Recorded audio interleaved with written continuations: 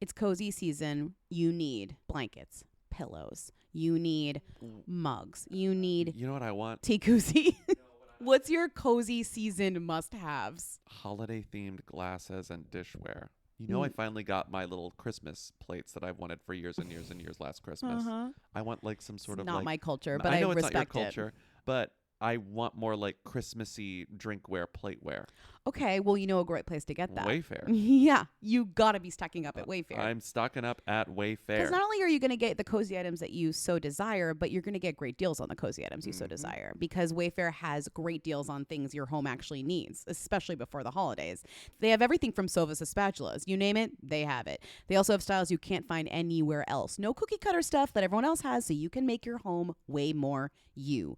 Right now, you can shop Wayfair's insane holiday deals and get up to 70% off during their Black Friday deals. You know what items I'm all ready for thanks to Wayfair? What items? Christmas napkins. It sounds silly, but I want them and I like them. Get them. Christmas, they've got little Christmas trees on them. Get and them. they're napkins. Just okay? just have me over and make cookies. Like, And you'll go, not my culture, when you like wipe your mouth, but that's fine. That's no, totally I'll say fine. these are gorgeous. Thank you. Don't miss out on saving big with Wayfair this holiday. Head to wayfair.com now to shop Wayfair's Black Friday deals. That's WAYFAIR.com. You will dream it. Yo, they wanna know. Hey, Mia. hey, Mia. hey. I want to be famous. Welcome to Who Weekly, the podcast where you'll learn everything you need to know about the celebrities you don't. I'm Bobby Finger. I'm Lindsay Weber. And Lindsay, this is really weird. I don't know how. I can't really say how I got this audio. This But acting. I got Okay. audio. Yes. I got audio from Yes. inside Leah Michelle's house this morning. Oh, wow. How did you get that? I can't reveal my sources, but this Okay, is the audio what that is I it? got. When Beanie Feldstein makes her first appearance as Ziegfeld Follies comedian Fanny Bryce, stares into an invisible mirror and delivers her famous opening self-affirmation, "Hello, gorgeous," the crowd goes wild. But then she starts to sing. It was the text-to-speech software reading the pans of Hello Dolly to Leah Michelle in her apartment this morning. She uses the text to speech. This is a little clunky because she It's can't a little read. clunky. She can't read the pans. Yeah, I get that. I get that. Is it weird that I think this is going to be good for Beanie Feldstein's career? A high-profile flop? That's iconic. Are you kidding? That's right. It's like that's why I feel no way. I'm like, sucks for the producers, I guess, but I still think that A, people are gonna go see this, and We B, gotta see this. Beanie Feldstein is gonna come out more victorious than ever.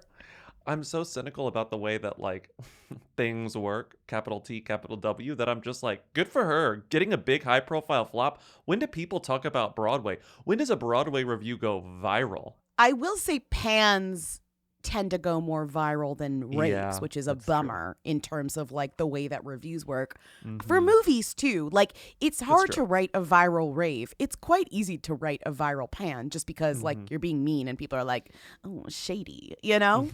Yes. If any, oh, shady. Oh, shady. Like, you know what I mean? I don't know. I'm not seeing it. I can't afford to see a bad musical. I also just like have no familiarity with the original Funny Girl. Well, the thing is, the movie is iconic, but then I was told that the musical's different from the movie, and I said, no. Also, Barbara turned 80 yesterday, and I'm not trying to disrespect by going to see an inferior version of her masterpiece. I'm not trying to disrespect. No, I really do think that like Beanie Feldstein, who are them though? If she's a them, it's the most arguable them we've discussed in a long time. I think she's still sort of hooey despite everything, despite the come up. If she can pull off this run of Funny Girl with the pans, she's a them. If her star power alone can float this, then sure. Anytime someone gets a pan, you got to feel a little bad for them because that's got to be one of the worst parts of the job of being an actor, like having your stuff criticized publicly. But like in this weird way, I think this is a easily surmountable pan. And like I sort of feel like if she were more famous and had this flop, it would have been a problem. And if she were less famous and had this flop, it would have been a problem. Or if she were a dramatic actor trying to do comedy, it would have been a problem. But she's a comedic actor of this specific level doing a comedic theatrical performance. in a way that some people found unsuccessful, and I think she will persevere. I don't know. I think she's in just the right hooey place for this to be okay. I just feel like being a star on Broadway, almost weirdly in the middle of your come up elsewhere, is a great bump. And I don't know if I think getting a pan on Broadway is a very industry remembered thing. And I'm not sure that anyone else necessarily remembers those things. Do you know what I mean? No, like, yes. And it's such a specific it's almost like type people of will acting. remember she maybe starred on Broadway, but won't remember who she played, what musical it was, or whether it was good or not. It's just like part of her legacy, right? And Leah will. I'm sure this musical in some way might earn some sort of Tony, but not for her, but for somebody else in it, or the production or whatever, because it's just such a big production that the Tonys tend to go populist, right? Like just what people were seeing. And I don't know, from my limited theater knowledge, limited. I just feel like you're right. Like it only helps her, but not pedigree, just the star name, the rise of the name Beanie Feldstein. I mean, Jonah was in town to see it. He loved it. I saw. Obviously. He was everywhere. He was a man about town this weekend. He was eating pizza. I was like, I had my eyes open for him. I was trying to find him just so I could get a little peek. I think that Leah is going to remember this. Leah's going to say, Zandy, read me the Hollywood Reporter one again as she goes to sleep tonight. Zandy, as she's falling asleep, like a sleep story. Exactly. Zandy, now the vulture. I'm not sleepy yet. Read the vulture one. Even the vulture pan by Helen Shaw is strangely kind to her. Like they are pans that come from a place of respect and fandom. Yeah. The people who are panning Beanie Feldstein and Funny Girl are also rooting for Beanie Feldstein and Funny Girl. So I think in a weird way, this is, as I said, only going to make her more famous and successful. That's what I'm saying.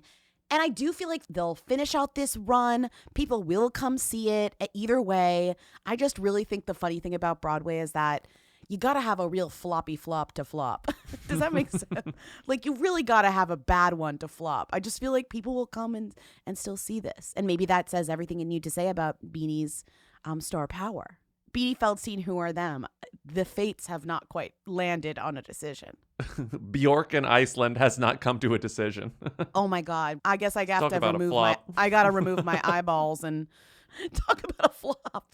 She was the only one doing an authentic Icelandic accent, you know? When she was speaking, I was like, this is how everyone is like trying to emulate. You're telling me people in Iceland don't sound like Nicole Kidman? Is that what you're trying to tell me? She wasn't even trying. Before we move on from Beanie and Leah, I feel bad. I know Leah Michelle can read. It's just such a long-running joke at this point that she can't. I mean, if she couldn't read before, she can certainly read now, is what I'm saying. She finally had a reason to learn how to read so that she could read Beanie's pants. She learned. This tweet from Film Updates, which links to an Entertainment Weekly story, has been haunting me all morning. Leah Michelle reveals she once, quote, let Jonathan Groff see her vagina using a desk lamp to give him an illustrative lesson and satisfy his curiosity in the female anatomy as a gay man with no practical knowledge of its particulars. The actual headline of this piece is equally horrifying. It's Leah Michelle once let Jonathan Groff explore the word of her body. Isn't the thing you want from like a documentary or a book or a memoir or something to be like, the thing everyone's going to pull out? Like, what is everyone going to pull out the moment the press starts watching this thing? I never would have expected the thing for the press to pull out in the documentary about the anniversary of Spring Awakening that's coming to HBO in like a month to be that Leah Michelle once let Jonathan Groff, her best friend, still to this day, look at her vagina. You feel bad because it's clearly taken out of whatever context it's in, which I can't even guarantee there is a context, but there's probably one, and this has been ripped from the headlines in that way because we can't even go watch this documentary. It's not even out yet. No. And There's no audio. We're feeling the backlash. There's also, Leah Michelle back in the news doing promotion is just a treat. I'm thrilled that we're hearing from her again. It says, though the two are notoriously close and bonded over the explicit love scenes and dramatic trauma they shared on stage 15 years ago, it's still a bit shocking, particularly that Michelle would decide to disclose such a story. You know what I think this does? I think it humanizes her in a really weird way. I think she needed something strange that made her not this sort of stone cold mean theater lady. Definitely. Yeah, she definitely needed this. And also her friendship with Jonathan Groff is like the best thing It's she's the got best going thing for about her. her. It's like he's vouching for her in that in a way. Like he's kind of just like, yeah, this is my girl. Like she's my oldest friend. This or is one of my oldest funny friends girl. or whatever. This is my funny And girl. she is indeed funny. I promise. Okay, moving on. You're listening to Who Weekly, and this is Are not you? Who's There. Are you? This is just Who Weekly. We talk about people like Beanie Feldstein. We don't talk about people like Nicole Kidman. We talk about people like Candace Cameron Bure, who, quote, signed a deal with GAC Media, quote, to develop heartwarming family and faith-filled programming. You'll recall last time we talked about GAC. Yes, actually, GAC has acquired Candace Cameron Bure from us. Unfortunately, we are announcing that we have lost Candace Cameron Bure. She has signed with GAC Media She is their anchor tenant. to develop heartwarming family and faith-filled programming. Unfortunately, our slate of family and faith-filled programming has been canceled. Mm-hmm. So you'll recall that GAC stands for Great American Great American Country. It is the network that has taken on Hallmark Channel. It's like, what if Hallmark Channel were more fundamentalist and restrictive and wider? I was just trying to think of other things they could stand for, and I thought of gays and cunts. I'm starting my own GAC Media, and it's called Gays and Cunts. That's, The rival network. yeah, Only we're available acquiring- on Roku. Who would we acquire? It would definitely only exist in the Roku city. But instead of Candace, we heard Lacey Chabert was free, so we said, we'll take her. We'll take her. Candace is now officially a GAC gal. This is kind of actually kind of crazy, though, because, I mean, she essentially held up Hallmark programming for like a significant amount of years. On her glutes and calves, she held up Hallmark programming. They've kind of expanded past her, but I do feel like she has made up a lot of the baseline of their material before kind of the explosion, which made it a lot less fun to care about these things. We will never get another Aurora Tiergarten mystery, Lindsay. How do you feel about that? Never kill again her? will we know what Aurora Tiergarten is up to. Is there going to be like a finale where she gets killed or something? And they're like, well, that's the end of Aurora Teagarden. According to TV Insider, the last Aurora Teagarden mystery, which was haunted by murder and came out in February 22, that will be the last one, and they are, quote, not expecting any additional movies in the franchise. So we won't actually see her die. She's at GAC Media, and Bill Abbott released a statement, and he's the president and CEO of GAC Media. And he said, quote, Candace is adored by generations of fans as one of family entertainment's most cherished and relatable stars. In case you forgot, GAC started, or at least him taking over GAC and rename Great American Country and renaming it GAC started when he left the Hallmark Channel's parent company in January of 2020 after the company apologized for pulling an ad featuring a same-sex couple. So this It guy was a Zola said, ad, I believe. I'm taking a stand over this advertisement, and I am acquiring and rebranding or starting, I forget what he did, an entirely different copycat network that would never air this garbage or whatever. And I will be competing for the crown. On June 7th, 2021, Discovery said it would divest Great American Country to GAC Media, and then Bill Abbott and this other person named Tom Hicks invested money into it, and they said, we're going to turn this into a thing. But again, Abbott came from Hallmark, so he's just doing what he did there, but in a more fundamentalist, exclusionary, presumably offensive and upsetting way. Yes. And the proof is Candace Cameron Bure signed on. She said, quote, excited to join the GAC TV and GAC living family. God, it just sounds so bad. How do you keep this as the name? GAC TV says, beyond excited for this amazing partnership. They must be talking about a straight one. Danica McKellar says, yay, yay, yay. Welcome to the family, my friend. I cannot believe that. They already got Danica. They got Danica. Danica's waiting for her there. Danica's waiting in the wings. You'll never be a star if they acquire Candace Cameron, you know? Like, that sucks for Danica. She can't even be the star of GAC. She could be the star of Gays and Guns if she wants to come join. What is GAC? Jack is great stuff. Oozy. You can pull it. Make GAC sounds. How rude. Fortunately, Hallmark still has access to Jodie Sweetin. And as Lindsay said, Lacey Chabert. Pretty sure they can still get Christina Milian if they want them. I was going to say Christina Milian. She already joined Gays and Cunts, so she's actually unavailable. I mean, there is something interesting, I guess, and totally, completely unsurprising that you see all of these gay Lifetime and Hallmark movies that are, by the way, extremely chaste and, you know, still under the banner of these kind of very PG. They're still very under the PG banner movies. of heaven. Yeah, like you, nice.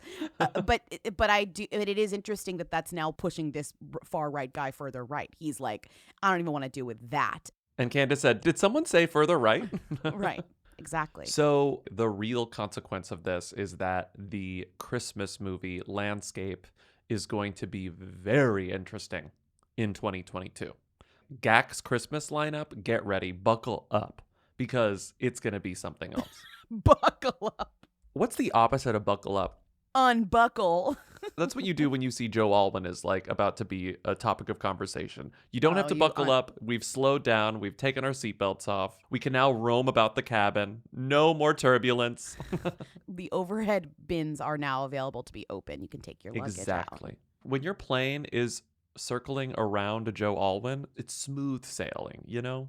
You can stand up. You can go to the what is it called? The marketplace. You can grab more Chex Mix. You can go to the bathroom. Don't worry about it. You can change a tampon. You can just do whatever you want very freely. It's fine. Okay, enough with this metaphor. We've drove it into the ocean. Joe Alwyn was profiled in the Wall Street Journal because he's promoting his new Sally Rooney Hulu joint, Conversations with Friends, which is an adaptation of the original Sally Rooney novel. I'm excited. That's a bitchy book. I like that one more than normal people. Bitchy, like they're all like it's so fun and they're all like talking to each other. I love that about it.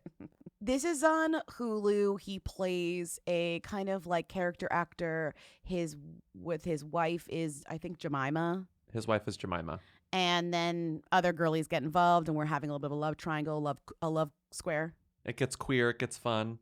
I will say the biggest bummer about Joe Alwyn being in this is while we got full Paul Mezcal sex scene, very free, very fun. Like because he was such a like green newbie, it was almost like go for it, you know? It was like, who's this hunk? Where are these thighs from? And it's like, Ireland. They're from Ireland. The issue with him is Hollywood's most private leading man is never gonna, I mean, he's never gonna show dick, but he's also never gonna like go as far as that just because of the situation that he's in. And the situation being a relationship with one of the most famous women. I know, and I just feel like it's interesting to me. Unlike somebody like, I'm gonna say Ben Affleck, who has gone far. I don't know. I feel like it gets reined back when you get into the coupledom. That's like the A-lister thing. He was wild for a few years. He did whatever he wanted. I mean, Gone Girl, he was like, I don't care. Yeah, but the thing about Joe Alwyn is that he's still a who. Joe Alwyn could use these hot sex scenes. He could. And the thing is, like, I kind of forget about Joe Alwyn, and then you watch the trailer for Conversations with Friends, and it's like, oh, this guy's like really cute. He seems like a good actor. Like, I haven't really seen him in that many things, but it's like, oh, he's good. This seems like perfect casting. But you can never get over the fact that he's dating Taylor Swift, and he has been for years, and we know almost nothing about this relationship. Like, there's something very strange and very unique about Joe Alwyn. Like, his ability to be in high-profile roles in a high-profile relationship, but remain low-profile himself. The problem is, and we could talk about this forever, is at the same time that it's good that we don't know anything about it, it makes you want to know more. I don't necessarily even think I care about their relationship, but the idea that it's a mystery and the idea that Taylor Swift's entire kind of like narrative is based around ex-boyfriends, unfortunately, it just feels too... It's too juicy. I want to know. I gotta know. And I don't even really want to know, but I gotta know. And it's frustrating. What do you want to know? What do I even want to know? I don't know. I don't know. But you're right about the ex-boyfriend stuff. Like, she's famous for writing sort of vague, cryptic lyrics about her ex-boyfriends, most of whom she had problems with. And the only lyrics that exist about Joe Alwyn are so boring. Like, they're not insightful at all. When she says, flashback when you met me, your buzz cut and my hair bleached. That's like one of the only things she's ever said about Joe Alwyn. Because they met at the Met Gala when she had bleached hair. She said more things. you just wonder, I don't even want to talk about her, I want to talk about him more, but you wonder what his career come up would be like if he didn't meet Taylor Swift relatively early on. I just wonder, what would he still be so private, or would he not? I assume that he would be less private, but I don't know. I don't know. He is someone who has been thrust upon us for many, many years, and it's like, this is the thing, this is the thing, this is the thing, and none of them are the thing. I guess arguably the closest thing was The Favorite. Oh, he's so good in that too. But he's not even the star. He's kind of just one of the guys, and he's good, but he's not the breakout in any way. But you're right. Like it's almost like everyone's waiting for the thing, and they're like, here's the thing, here's the thing, here's the thing. But like, I don't know. Will this be the thing? I don't know. I don't think a Hulu show based on a Sally Rooney book's going to be the thing. But like, best of luck if it is. It's been the thing in the past. Now that we've seen it be the thing for Paul Mescal and Daisy Ridley Jonas, Daisy Edgar Jones. Not her name. Daisy Edgar Jones. Well, Paul Mescal didn't help that he started dating Phoebe Bridgers in terms of like his little breakout, which is kind of hilarious because I would say that they would love to have tried to be private, but they physically cannot be private. It's just like when you write a profile of this person and you're interviewing Joe Alwyn, and it's like, we will not be talking about Taylor Swift except maybe twice. So he goes out of his way. He's like, please just pay attention to what my work is. Please pay attention to this show that I'm very proud of. I co-wrote a song for Taylor. That's fun. I used a pseudonym, William Bowery. Will I ever do this again? Probably not. Yeah. Probably not. But still, despite his best efforts, I have to assume he has a complicated feeling towards this, where it's like, I didn't really want to go there, but at least it's something noteworthy that people are going to talk about.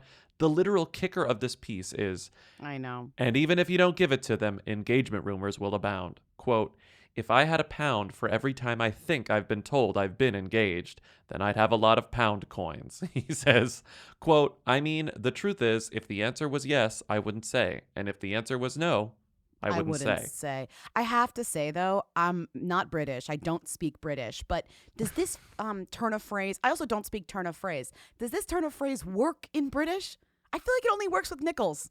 Usually it's like, what's the actual? It's not, I'd have a lot of nickels. It's like, if I had a nickel for every time I've been told I was engaged to Taylor Swift, I'd be a rich man. I think that's usually how it goes. Yes.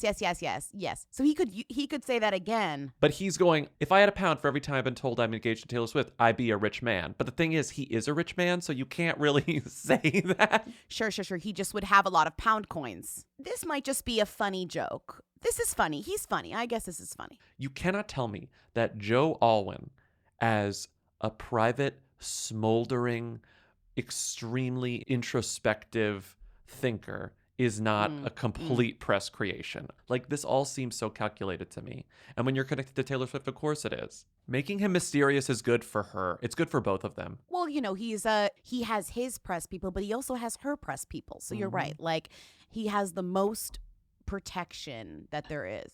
And I gotta say, every time I hear this man's voice, it's like I'm hearing it for the first time, and I'm like, damn, he has a sexy voice. But you ask me in 6 months what Joe Alwyn sounds like, I'd be like, I don't know. Maybe a TV show will be a good vehicle because I'll hear his voice in every episode and I'll remember, versus a movie where I'm just kind of like, it goes one ear and out the other. A TV show about literal conversations. That's good. He will be having conversations. His beautiful, deep voice and Jemima Kirk's fake-ass British accent. I mean, come on. My marriage has survived several affairs already. I've just never been party to them. This podcast is brought to you by Squarespace. Can't imagine it any other way. Whoweekly.us is a Squarespace. It will always be a Squarespace. We love our Squarespace. Even if they said no more advertising on this podcast, we would still have it be a Squarespace, because honestly, it's just the easiest, sanest way to have a website on the internet at this point. Yeah. I really can't think of another option. No, I wouldn't even know how to do another option at this point. It's like, it is a perfect way. I know they have all the features I need. If there's a new feature that I need somehow in the future, I know that they're going to have it. Mm-hmm. Let's say there's something we need to do on this website that I can't even think of right now. I know that in the future, technology advances, that they will have our back. I trust that Squarespace will keep up. Well, because right now it's like, you know, we have our tour dates that we're able to change on a whim, which we need to. But Squarespace does plenty of other things. They've got, you know, you could do a course, you could host a course, you could do analytics, you could do email campaigns, you can take payments, you can sell stuff. I mean, it's like sell stuff. We could do whatever we wanted on Squarespace, and I am actually comforted knowing that I could do that in the future. Yeah. So head to squarespace.com for a free trial. And when you're ready to launch, go to squarespace.com/who and save 10% on your first purchase of a website or domain. That's 10% off your first purchase of a website or domain. I slept in a terrible bed at one of our dates this story. I won't reveal where it was because I don't want to be super rude, but the bed was absolutely horrendous. Big dip in the middle. I couldn't. I was Yeah. always like rolling into the center. It was so bad. My back hurt so bad when I woke up. And guess what? When I got home, my favorite part of being home was getting in bed. Yeah, I you was were like back into finally, my mattress. It's real. Yeah. It's a real bed that was chosen for me based on a quiz, the Helix quiz. Right. And sometimes when people use my mattress, they're like, that's a little soft. And I'm like, yeah, it's made for me, not for you. For you. Which actually even drives home the fact that it's so made for me. Mm-hmm. You know what I mean? I kind of relish in the I mean, I don't want my friends to be uncomfortable, but I'm like, Mm-hmm. I kind of am like celebrating the fact that it's like for my body, not for yours. Mm-hmm. I just sleep so much better on my own mattress than literally any other mattress. And that's because Helix mattresses rock. I wake up, my back doesn't hurt. I wake up, I don't have night sweats. I wake up and I'm thrilled. I wake up and I say, I love you, Helix. That's So incredible. if you want to experience the joy that I experience every The time I joy, get in bed the and every time satisfaction. every time I get out of bed, you should go to helixsleep.com/who because you will get 25% off site-wide plus 2 free dream pillows with any mattress purchase. Plus, get a free bedding bundle, which includes 2 dream pillows, a sheet set, and a mattress protector with any Luxe or Elite mattress order at helixsleep.com/who. That's helixsleep.com/who. Iggy Azalea did one of the hooiest things that you could possibly do, which is yell at an airline on Twitter. Specifically American Airlines. There's something about it being American Airlines that makes it especially hooey. She tweeted, I wanted to tell any families booking travel, be careful flying with young kids on @American Air. I was flying with my son, and they sold our seats while the gate was still open, and then refused to take our bags off the plane, although every other flight was sold out for that night. One of 2. Threading. Iggy Azalea threading. I explained why stranding me is one thing, but taking a baby's luggage is pretty shit. There's stuff he really needs. They do not care. Lucky I booked a different airline, but the average person would have been ass out and fucked. I just so wanted to warn the other moms. Be careful.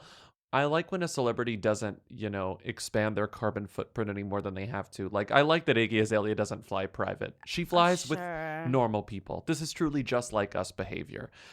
Is she at least flying like first class or something? She didn't get first class treatment, so I'm not quite sure. Right, that's what I'm saying. It is nice that American Airlines treated her like shit as they do everyone else, so that's nice. Right.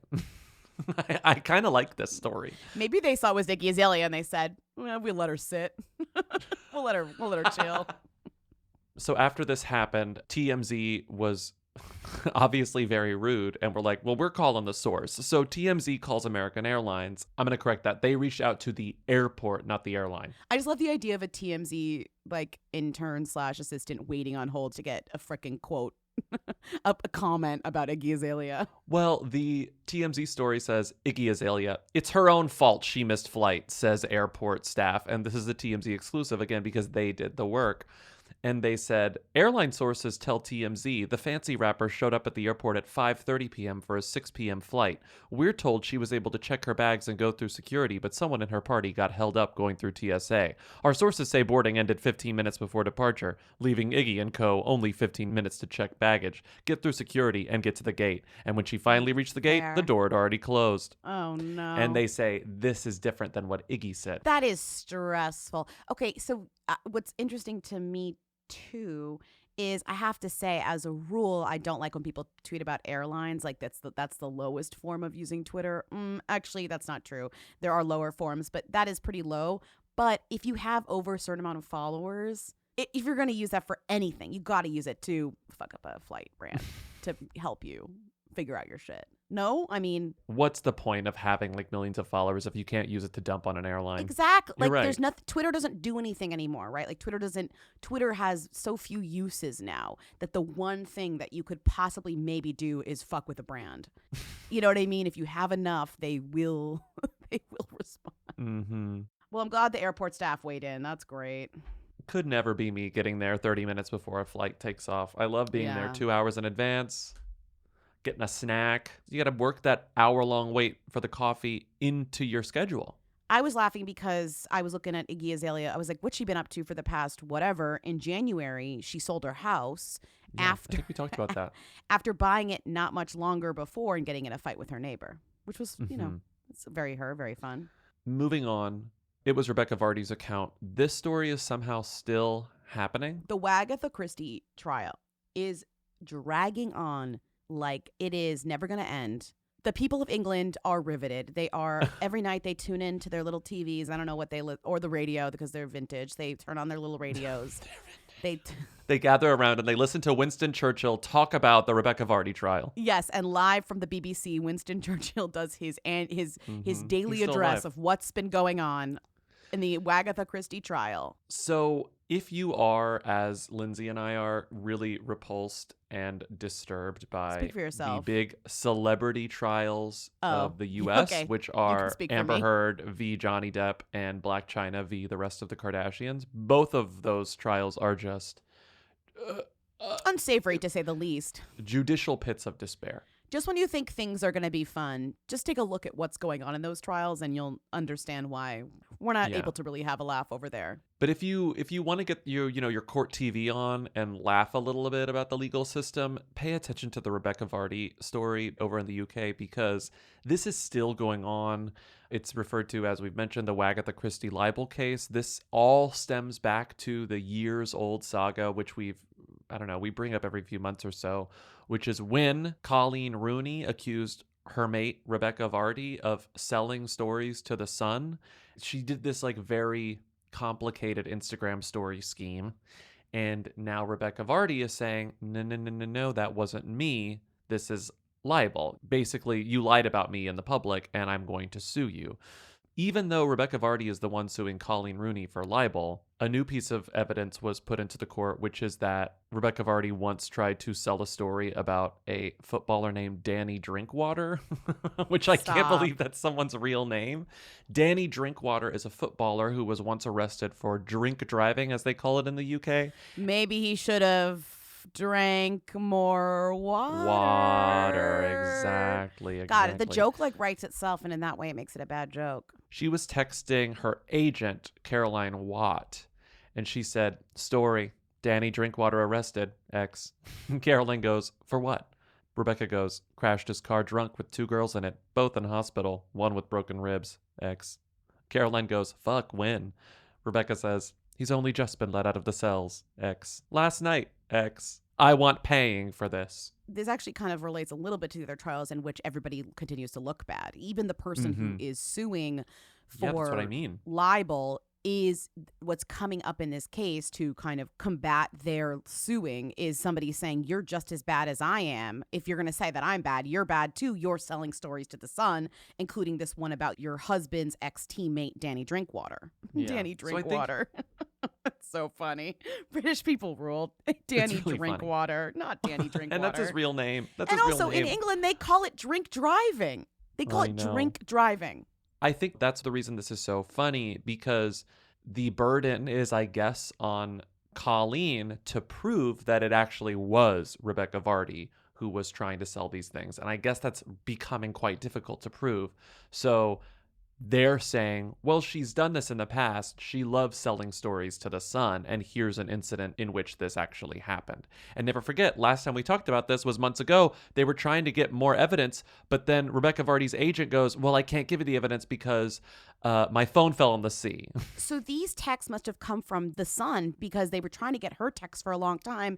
Not only did she drop her phone into the North Sea, she also, her IT expert, quote unquote, lost her WhatsApp password. Mm-hmm. There's been many attempts at getting this woman's text messages, and I think she knows why. And then finally, they went around her phone and went just right to the Sun, I guess. Yeah, that's how it seems to me. It's a little unclear because this hasn't even gone to trial yet. The trial's going to start in May. The person that she was WhatsApping, Rebecca Vardy, was a journalist at The Sun named Andy Halls, which is why we think this came from Andy. Because in 2019, Andy said, Rebecca's never tried to sell me any story before at all. But meanwhile, here's some new revelations that she did in fact try to sell you something at this time about Danny Drinkwater. I just think this is a nice antidote to all the stuff happening here. Because it's so fucking stupid. Is that what you're saying? It's stupid. It's not disgusting. It doesn't make you depressed. But it also is interesting because it has a lot to do with libel law in UK, which is different than here, and libel law in other places, and it's just much more of a serious offense, and you can be really litigious over there about this type of shit. First of all, this case is costing each of them more than they could have ever imagined, I'm sure, because it's dragging out forever. It's not as cut and dry as I think maybe Rebecca Vardy thought, right? A few weeks ago, actually, there was a Daily Mail story with the headline, Rebecca Vardy's debts soar by more than £12,500 as her company account has just £8,000 while the Wagatha Christie court battle intensifies. How So do what they they're know saying is that? that, like, I think the implication is that she's spending so much more money on legal proceedings than she expected to, as you were saying. It just feels like these trials backfire, and you either end up spending more money than you could have ever imagined, or it makes you look as bad as the person you're saying is making you look bad, which maybe is a lesson in itself. Because all these people are suing for reputation. It's reputation. These people are in their reputation era, and it's not going well. She would have been better off just releasing an album, you know? I know Taylor didn't sue Kim Kardashian for ruining her reputation. She's smarter than that. Okay, moving on. 25 things to know. We have 25 things. We have 50 things. There's a good 25 things, and there's a less good 25 things. There are 50 I can things. barely There are remember not one nearly thing. 50 good things. Okay. Well, Sonequa Martin-Green, who is the star of Star Trek Discovery, which is one of those Paramount Plus shows that everyone's like, it's actually really good. Sure, but like, who's watching this? Come on. The Trekkies, the same people who are watching Star Trek Picard, the Trekkies are alive and well. Are they alive and well? Oh, yeah. Okay. They're all right. alive and well. Star Trek Discovery star Sonequa Martin-Green did a 25 things to know about me, okay?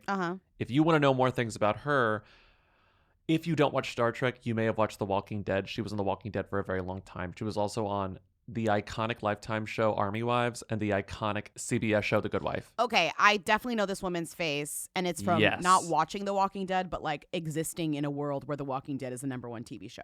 Great. Yes. Okay, I know who she is. Got it. So she did a 25 things to know about me. So of course I click on it and I was like, so what are some things to know about her? And nothing is super like attention grabbing, like nothing is super interesting. She talks about her first job. She talks about books she's been reading. She talks about the first car she drove. And then you get to number 10 and she goes, I try to make toothbrushing time fun for my son, Kenrick. He's 7 and still cavity free. And we want to keep it that way. We use Crest Kids Enamel Plus Cavity Protection Toothpaste.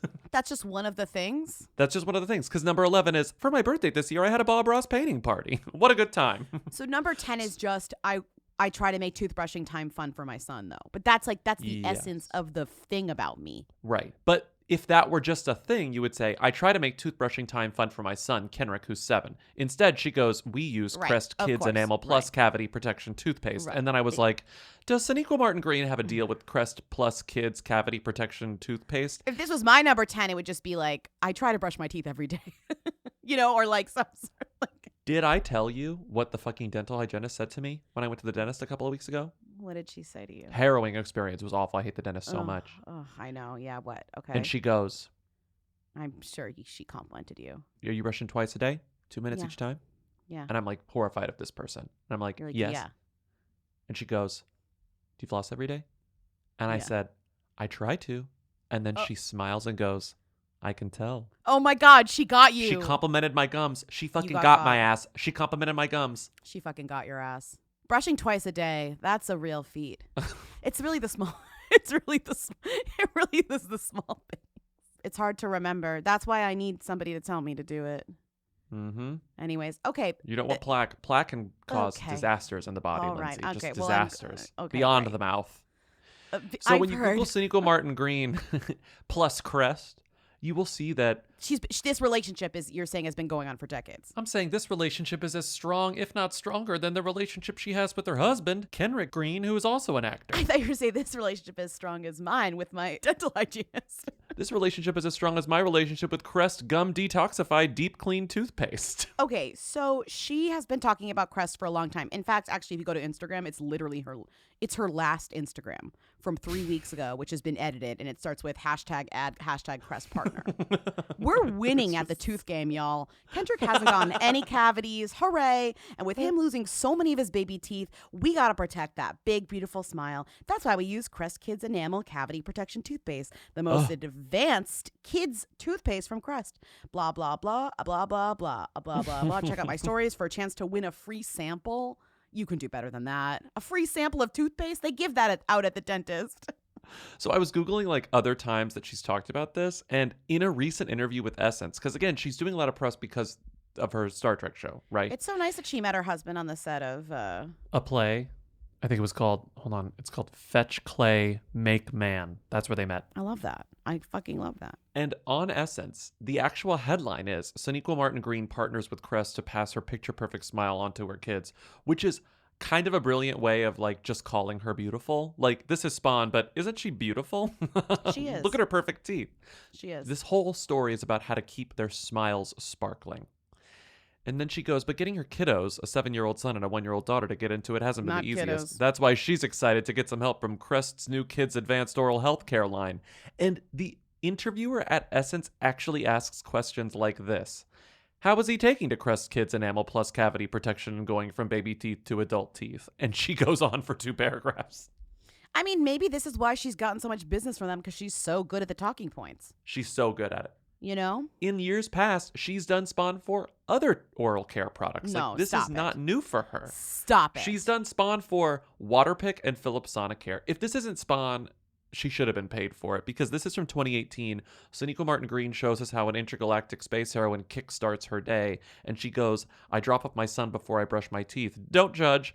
I use a Philips Sonicare toothbrush and a Waterpik flosser. It shoots out a water stream so you don't have to worry about micro tears in your gums from flossing. That sounds like brand copy, right?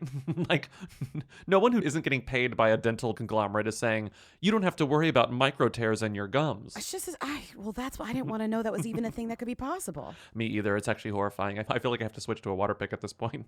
This is where hashtag ads go wrong. I don't need to know more information you don't need to scare me into like using Crest or whatever. You know what I mean? I'm already scared enough. So you'd rather have a Jesse McCartney's 25 Things to Know About You, which doesn't include like oral hygiene scares? It's boring. I would say it's boring. I wanted to go from this into the Flonase thing because I feel like that's a good jump, but we have to, I guess, take a pit stop because we said there were 50 things, and Jesse McCartney, 25 Things You Don't Know About Me. I'm an amateur pit master. Speaking of pit stops. What's he most known for? Which songs? Beautiful Soul. He's most known for millennials exactly our age being like, where's Jesse McCartney? You know, like, he is the ultimate one-hit wonder millennial pop star person. Who, after releasing Beautiful Soul, just started writing songs for other people. Like, I think now his bread and butter is writing songs for other people and not necessarily performing those songs. He famously wrote the Leona Lewis one-hit wonder. I don't know if she's Bleeding one-hit Love. Wonder. That's kind of rude. Bleeding Love, but that was a big hit. And she hasn't had a big hit like that since in the U.S. But did you see her baby bump? No, recently? she's pregnant. I saw a few headlines with her cradling her baby bump this morning, and I was like, That's good for Leona so Lewis. Nice. Jesse was on Masked Singer, of course. Why wouldn't he have been? He was a turtle or a tortoise. Yeah, he came out of his shell. Number 13, my wife's family sells all the flowers at Costco. It has inspired me to get good at arranging flowers. Okay, flower money. She's very Joe Alwyn private. They got married last fall. I think we talked about her. Her name is Katie Peterson. But if her family sells all the flowers to every Costco, that's a rich family. So speaking of Spawn, tell me about Flonase. Well, we were talking about this Crest partnership, this Crest ad deal, and the best ad deal of the week is Jessica Simpson for Flonase. We'll come back up to Betty Gilpin, but I'm just saying Jessica Simpson from Flonase had me stop dead in my tracks, had me screen recording live on the subway, just standing there so I had service to make sure that I caught the entirety of her incredible pitch for Flonase, which involved climate change and allergies and reading cue cards. I think something was going on and people were like, what's going on with this? And I gotta play you this clip. What many people don't realize is some of the other effects of rising temperatures affecting us right now, like the increased pollen count and the longer, harsher allergy seasons. Pollen count and climate change are both invisible monsters we are all fighting.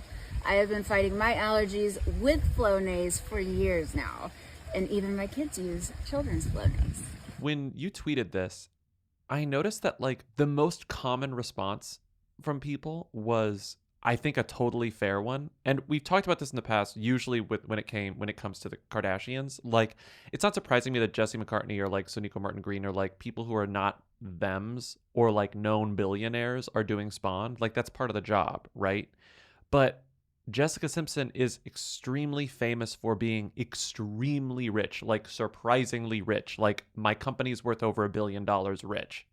So it's weird to me that she's doing this. Did you see she bought back full ownership of her company, which is kind of fun. Yeah. That was like one of her plots recently in her life, where she bought back her company in full. She got so rich off of it that she said, "Oh, I want full ownership of it." And she published a memoir that made a ton of money too. Yeah, of course. No, you're right. So you're kind of like, why is she doing this? But the answer is just, there's never enough money. When you start making money, you start spending money, and then there's not enough money. It's like an addiction. Whatever. I just thought this was a bummer because I thought this ad was so funny. It was so clearly somebody just reading cue cards that were held improperly or at the wrong angle, because she kept on like looking at them, and she kept on like trying to like infuse her personality in it, but it just wasn't going well. And then people were like, "Is she okay?" And I'm like, "She's fine. You just don't want to hear about the benefits of Flonase." Because she's like, climate change is making your allergies worse, and the only way to combat this is Flonase, not actual, climate legislation. It's just deal with it. Get Flonase. Also, they're saying she's slurring her words. You clearly have not heard a first take on any of our ads. I mean,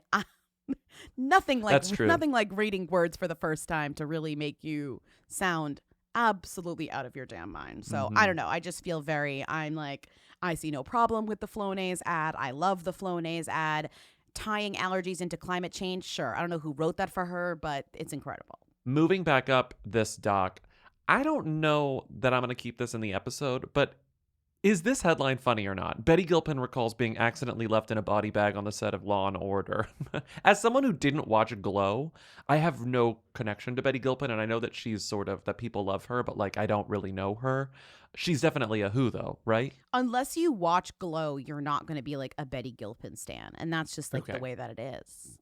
I watched a good amount of Glow. She's good in it. She's one of the lucky few who has been in 4 episodes of Law & Order as a different character. She's been in 2 episodes of Law & Order Criminal Intent, 1 episode of the original Law & Order, and 1 episode of Law & Order SVU. And in her first episode, which was 2006's episode of Law & Order Criminal Intent, she was put in a body bag because she was a dead person. And she was telling this to, who was this? Like Stephen Colbert or something?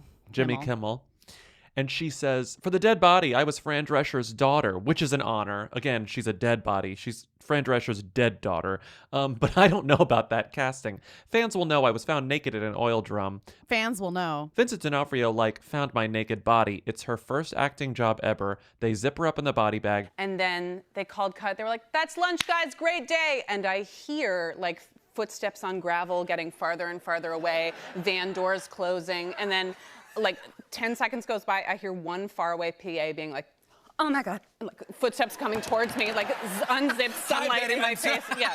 Let's get you out of there. Funny. That's really funny.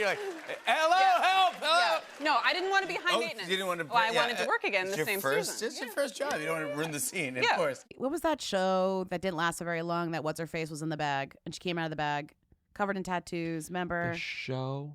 And it was like... Oh, tattoo lady. And she comes out of the bag and she's covered in tattoos and they have all the clues. Yeah, and they're like policemen, Mr. Blind Policeman, Spot. Blind Spot? And who's the actor? Was it Gal Gadot? Blind No. Spot. No, Oh, it was just a brunette. Jamie Alexander. Oh, okay. I don't know who that is then. Jamie Alexander, an unidentified woman found naked and amnesiac in Times Square. Yeah. Great. There's not much to say except for this was a story she told on a talk show, which is like the perfect talk show story, Mm-hmm. What is she promoting? She's promoting Gaslit. Oh my God. Oh, not the Julia Roberts Stars show. I love this story. Okay. I love a coming out story, but I've never heard a coming out story like this. I don't really know who Misha Collins is. The name sort of rang a bell, but I think only because Supernatural gets a lot of attention on the blogs. Supernatural has this surprising stand-up, despite being a show that is over. Right. The show's not on anymore, no? The show's not on anymore. Okay. But it was a big show and it was on forever. Lindsay, guess how many episodes Supernatural ran for? 45,000 episodes. 327 episodes over 15 years. Misha Collins kind of looks, he's giving, what's his face, the cheater, Lily Collins cheater guy. He's Dominic Cooper. From The He's Affair. a Dominic. He's a giving Dominic a Cooper. younger Yeah. Dominic Cooper. Yeah, totally. He played the Angel Castiel. We talked about him because when we were talking about when the girls were fighting, the boys were fighting from Supernatural, those boys, we were talking about other people in Supernatural, and Misha got involved because he was like, break it up, boys. You know, he kind of like stepped in to be like, stop fighting. He was the third lead vocalist of Supernatural, right? It's Jared Padalecki and Jensen Ackles. Exactly. And so Misha Collins was at, I love this, he was at a Supernatural fan convention, which is truly iconic. Wait, sorry, I'm perusing his Wikipedia, and I just got to his credits, and in the year 2013 he was in something called TSA America, Just Relax, and also TSA America, Suspicious Bulge. TSA America, yeah, but is it ticking? I don't know if these are like educational shorts about TSA, but like if they are, that's really cool. Suspicious Bulge. Okay, sorry, keep back to what you were saying. How did this happen? He was at a Supernatural convention and he was speaking there, which is like, these conventions are how you keep making money, right? They're like, they're cameo adjacent, I would say. I don't know. They're just for the super fans. He was speaking at this convention over the weekend and he said, how many of you would consider yourself introverts? How many extroverts? And how many bisexuals? It's very Wendy Williams, clap if you're an extrovert, clap if you're an introvert, clap if you're a bisexual, but since right? when does bisexual come after extrovert introvert? Never before in the history of time. Okay, because usually it's like, you know, are you an introvert? Are you an extrovert? Are you an Aries? Yes, okay. So he goes, how many of you are introverts? How many of you are extroverts? How many of you are bisexuals? Everyone's clapping. And Misha goes, I'm all three. And so now the stories that come from this are Supernatural actor Misha Collins comes out as bisexual. But the only thing he said was, I'm all three, which is him saying that he's bisexual. I just love the way this is reported because there's no other details. Just Jared says, from then, Misha moved on and didn't bring up his sexuality again. So basically he said, I'm an extrovert, I'm an introvert, I'm bisexual, and I'm done. I'm done. I'm not telling you anything else about this. You can't be an introvert and an extrovert. I just Googled that. Apparently you can be an omnivert. I don't recognize that. You're either an introvert or you're an extrovert. I think that introvert, extrovert self-identifications are completely useless. And they don't tell me anything about a person. Well, I don't disagree, but I also feel like you can't be both. That really doesn't help. The main thing, I think, is that self-identification doesn't count. What do you mean? Because there's nothing more annoying than like the most, I hate these words, introvert and extrovert. The most extroverted person you know being like, I'm an introvert. secretly an introvert. Well, you can have a lot of friends and still be an introvert. Anyways, that's what my therapist says. Okay. But that's why I think they're unhelpful. They don't actually do any, right? They don't really mean anything unless you unpack them with, let's say, your friend or your therapist. So I just think that of those three identifications, I'm an introvert, I'm an extrovert, I'm bisexual, only one of them helps me understand who he is. Oh, he's bisexual. Cool. Great. This is also, again, didn't watch the show, but apparently the Angel Castiel was also, quote unquote, homosexually in love with Dean. Who wrote this? Pop Buzz. Okay, makes sense. Anyways, Pop apparently Buzz. His character was queer, so that's nice. He's like knee deep into the CW family, so he's going to be Harvey Dent and Two-Face in some new Batman show that's going to be on the CW. So Misha Collins is still working, he's still getting work, and he's also writing poetry. He just released a book of poems. You found this, and this is, I mean, he's totally fine, so it's okay that he is fine, but it says Jared Padalecki was involved in a, quote, very bad car accident. He's fine. He's fine. He missed the convention, and people were like, literally, this is his one job is to come to this convention, but he couldn't come because he was in a bad accident. And Jared's former co-star Jensen Ackles, remember they got in a fight. They're fine now. He said, I miss my buddy. He sends his love. He's sad he can't be here. He was in a bad car accident. Blah blah blah. And then this goes on, and then it says, also during the fan convention, a Supernatural star came out as bisexual. That was the end of this story, and I was like, you can't even name him. Like, this is a story that people who watch Supernatural are going to click on. They know who Misha Collins is, and you're just going to say, also during the fan convention, a Supernatural star came out as bisexual? Well, it implies that it's one of the previous two that they just mentioned in the article. And it's not. It's Misha. I love journalism, and I love Just Jared for this. I love you for this. This is incredible. Anyway, I'm going to play the clip of Misha Collins coming out as bi because it's like, honestly, an extremely charming clip. It's truly bisexual representation. Listen to it. By a show of force, how many of you would consider yourselves introverts?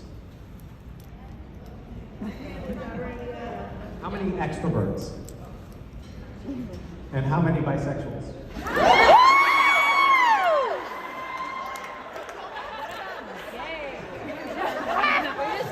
Don't forget the gay. I'm all for it. Okay, so this is future Bobby recording at 6:50 p.m. on Monday, April 25th. I finished editing this episode a couple hours ago, actually, an hour and a half. I was pretty happy with it, and I was like pretty ready to put it to bed, schedule it, ready to move on with my evening. Have dinner, watch a little television, and then I opened up Instagram.com/Misha, which is his Instagram account. Misha Collins, actor, baker, candlestick maker. He loves identifying in threes, doesn't he? So he posted a statement that I'm going to read in full here because it sort of negates pretty much everything we said about him. Here we go. I want to deeply apologize for misspeaking this weekend. At a fan convention in New Jersey, when I was talking with the audience, I said that I was, quote, all three things, an introvert, an extrovert, and a bisexual. My clumsy intention was to wave off actually discussing my sexuality, but I badly fumbled that and understand that was seen as me coming out as bisexual. This was not my intention, so I need to correct the record. I am not bisexual. I happen to be straight, but I am also a fierce ally, and the last thing I want to do is falsely co-opt the struggles of the LGBTQIA+ community. I believe and fully support that we need to sanctify the human right to express our identities honestly and to be free to love whomever we choose openly. I am deeply sorry for the clumsiness of my language. I want to be a better ally, and I feel sick to my stomach that I might have done anything to make things worse. I'm trying to learn, trying to do better, and I will keep listening. Thanks, and I'm sorry. So, Misha Collins is not bisexual, and it's totally unclear whether or not he's an introvert or an extrovert. We don't know. So, if you know firsthand whether or not he is an introvert or an extrovert, please call in at 619-WHO-THEM because I need clarity. And how many bisexuals? Moving on. Is this your favorite story of the week? Well, it did catch my eye. We rarely talk about Teen Magazine in this podcast. But I do read Teen Magazine. That's the New York Times style magazine. I think it's really funny to get recommendations of things that I can't afford in a way that's so casual. It's like, this hotel in Morocco is really fantastic, and the proprietor, blah, blah, blah. And it's like $4,000 a night. Anyways, I like that. I like that tone, that it's casual. I just like that I like the casual tone of recommending something to someone that is so ridiculously overpriced. Yeah, it's like Goop. It's what made Goop so fun to read. It really did. And it's just with completely no pretenses about it being something that most people can't afford. If you're catering to this audience, then, or even not even that audience is supposed to be, it's just me reading it being like, LMAO, I'm never going here. So that's why I love Teen Magazine. But Teen Magazine had a very interesting piece that was written by, of course, the byline isn't here. Who was it written by? Nick Haramis. It's called Searching for the Notorious Celebrity Book Stylist. Love this because don't know what a celebrity book stylist is, but I also think that Nick also doesn't know what a book celebrity stylist is because he's kind of making up the term because it's a job that is like maybe not a job, but also maybe a job. He's trying to figure out if there is somebody who is doing this quote unquote job, AKA matching books with celebrities, and not aesthetically, not the Strand filling my bookshelves with books that are beautiful colors. He means contextually. He means putting a celebrity in a place where they're going to get photographed and having them hold a specific book that says something, either that they're smart, that they know new authors, that they know old authors, that it's like Grimes walking the streets of LA holding Karl Marx. You know, she did that herself. She wanted to do a joke. But this is the serious side of that, where you have celebrities being like, I'm smart. Yeah, it's like, was there someone who Gigi Hadid specifically went to and said, what should I carry? And that person said, carry the stranger around. As a purse. Because the whispers that Nick is hearing are that, yes, in fact, there are people who are doing that. But yeah, when he asks around, people get really cagey about it. But it's interesting because celebrities are launching these little book clubs left and right. And so what would be so crazy about there being, I would say I'd call this person more of a consultant than a book stylist, because I get that that's more of a flashy name and speaks more to just the idea of being photographed with a book. But a celebrity book consultant certainly exists. And I'm sure we'll get people calling us saying, oh, I know somebody who does that. It's just somebody who knows all the buzzy titles and knows what's coming up, knows who to read, and is saying, these are the types of books you should be associated with. By association, they'll make you seem this way or that way. These are the cool people. Because I was sort of like, okay, is this all hypothetical? Is he just assuming that this person exists? Well, and there's the really line. He kind of goes after somebody who he thinks is a celebrity book stylist, and she's kind of like, am I? Am I not? Or am I? Am I not? Do you think this person is an author, or do you think this person is someone who works for a publisher or a publicist? Or do you think it's just like a bookfluencer or another celebrity? Like, who do you think this person is? I get a sense that there is, like, you know, our friend Maris, who's like just in the know about books. Like, it could be someone like Maris. It could be a bookshop owner. It could be anyone who's like got a toe in about publishing, or not even a toe in, a whole leg in about publishing and the kind of what's around the corner. Because the idea is like they compare it to the scene from Devil Wears Prada where she's like, get me the copies of the new J.K. Rowling's new Harry Potter, and she has to call around and get them. It's like that person who would be able to get you a galley of something so that you had read it or something, or you were spotted with it or whatever it is. Like, there's a thin line, though, between the assumption that these celebrities are not reading these books is made in this, but it's also like not quite explicitly made, you know? And also, well, he talks to people where it's like, even if they're not reading it, who cares? Right.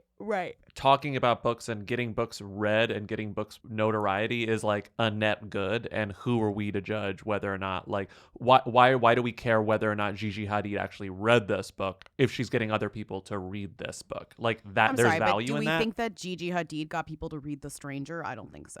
I would put money on it that that book saw an uptick in sales. For sure. I think that's how this works. Like a small one.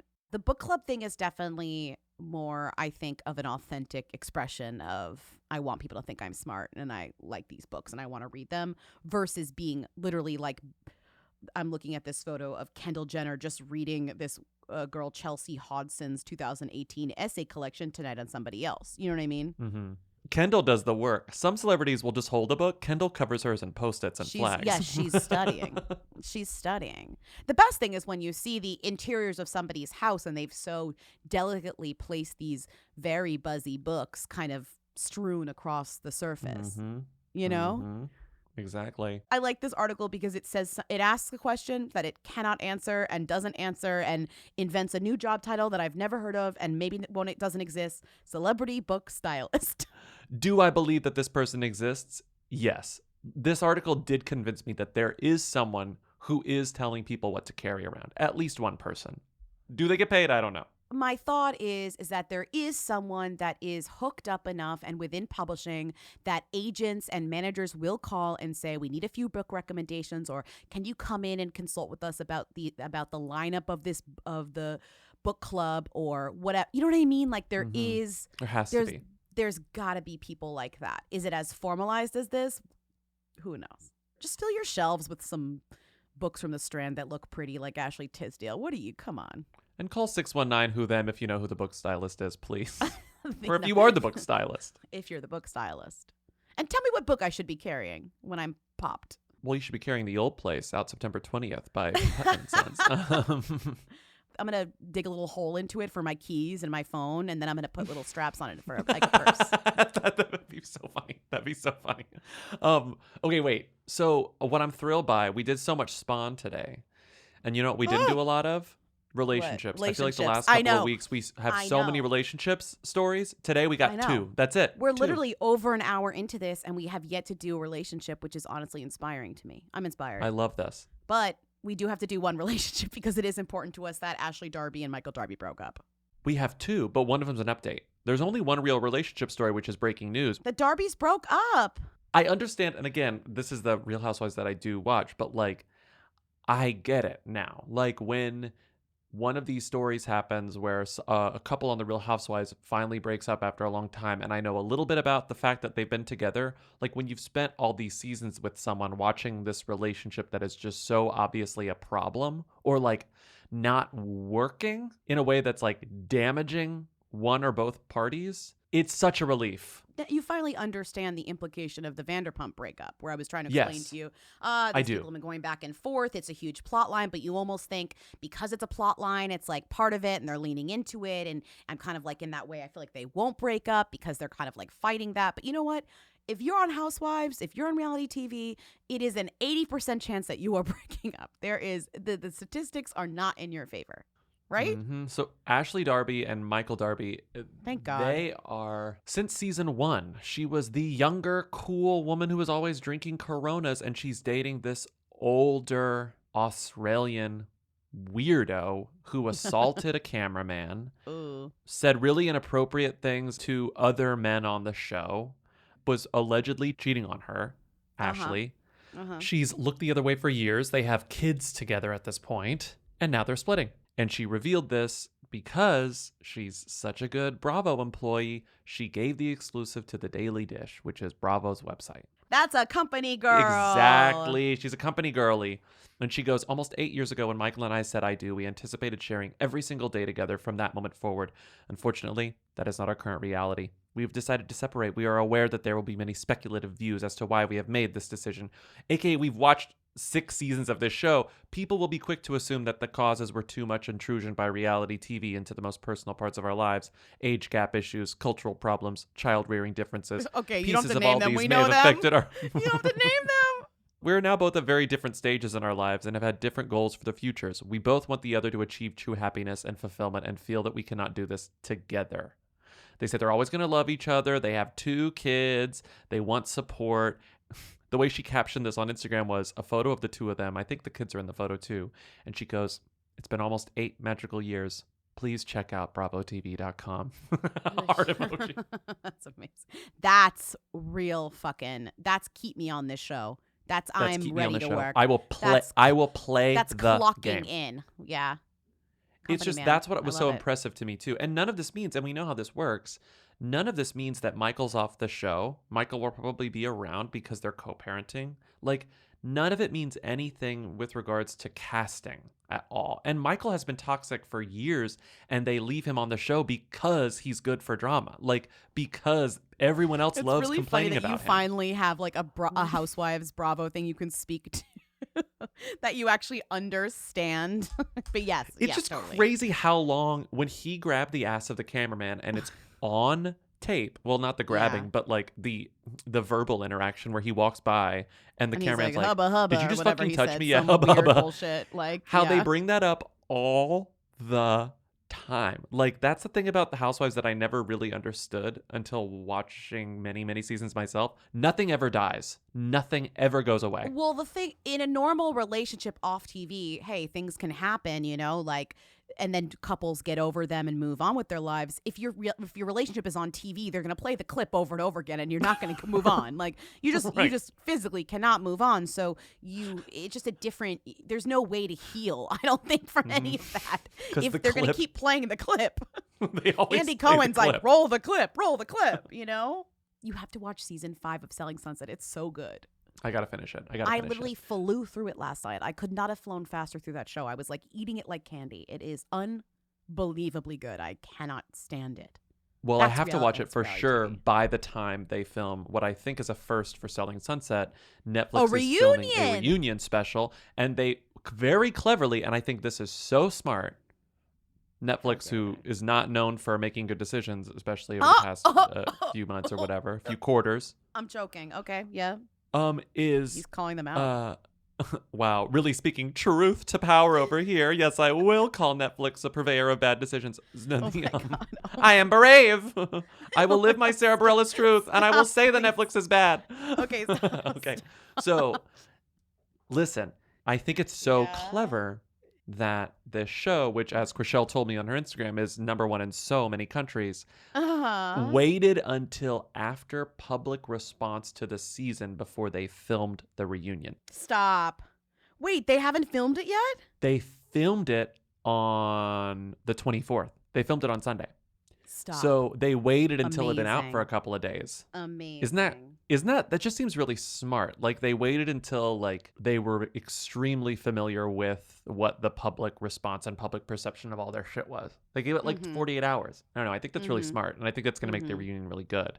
And the person who's moderating the reunion, do you know who that is? No. Andy Cohen. Tan France. No. Oh, that's so good. Oh, that's good. That's good. Do you want to know what the split is? How the couches are split? At least on this one publicity photo. How are they going to know that? Oh, the public. Okay. I was On like, the left side and the right side. Okay. So it's very yeah. Housewivesian. On the left side, we have Davina, Romaine, Emma, Mary, and Chriselle. Chriselle's center, right next to Tan.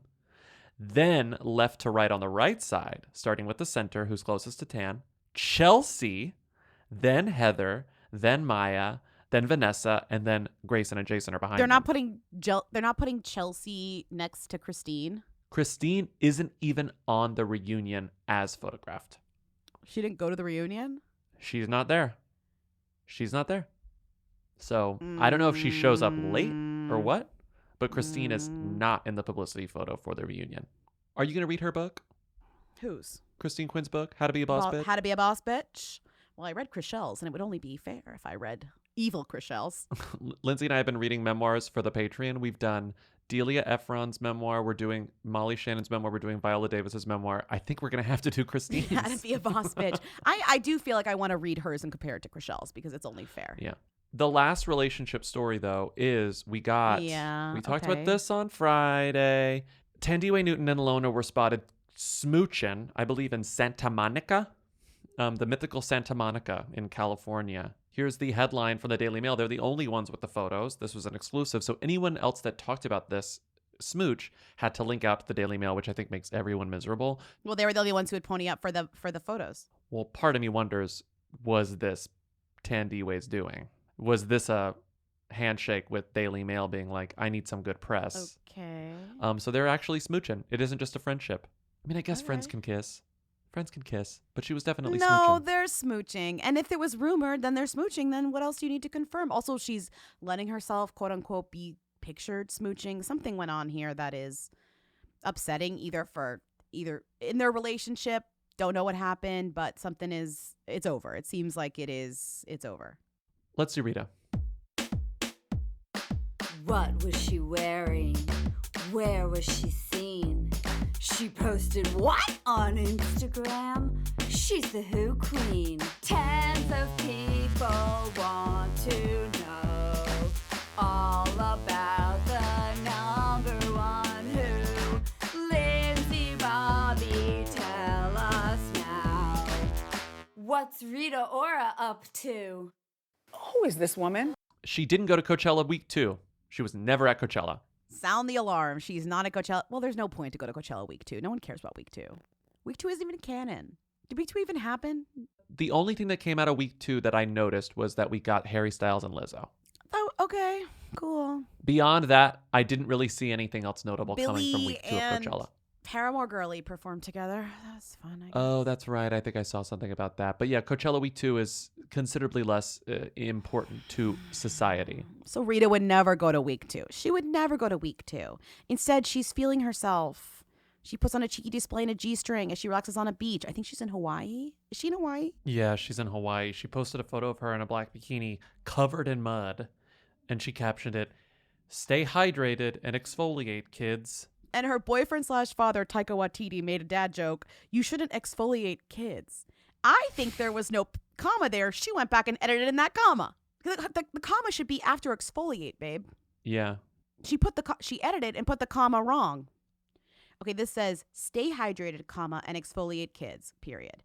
if you wanted to say stay hydrated and exfoliate, kids, like you're the kid, I'm talking to you, you know what I'm saying, you would do stay hydrated and exfoliate, comma, kids. Comma, kids. Why would you edit and put the comma in wrong? Taika, an Academy Award-winning writer, saw that and said, that's a typo. You shouldn't exfoliate, kids. It's just crazy that you see this edited and then it doesn't even have the edited correctly. My favorite thing that happened to Rita Ora this week, the most important thing, is that we got this headline this morning, April 25th. Sonia Kruger, who was the host of The Voice. Okay.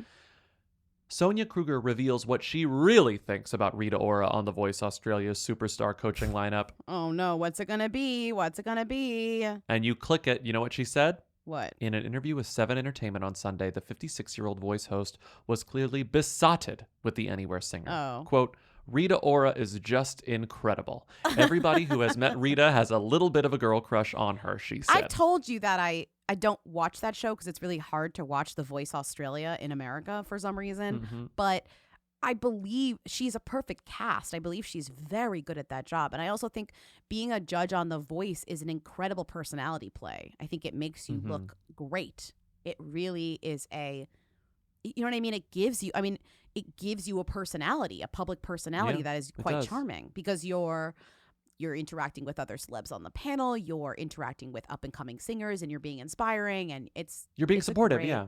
It's a great for somebody who's like, you know, we really want to get you out there, like, and have you be funny and have you be relatable and cool. The Voice is a great place for you to go.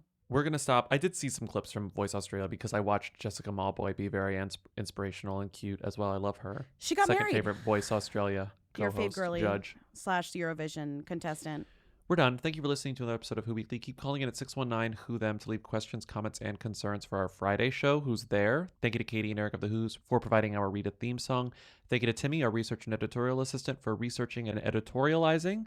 Support us on patreon.com/WhoWeekly for bonus episodes, a Discord server, occasional newsletter, which we have to send out this week, by the way, commentaries sometimes, all sorts of stuff. And rate and review us on Apple Podcasts, please. We love your ratings and reviewings, and we'll see you on Friday. Bye. Bye. You will dream it. Yo, they wanna know. Hey.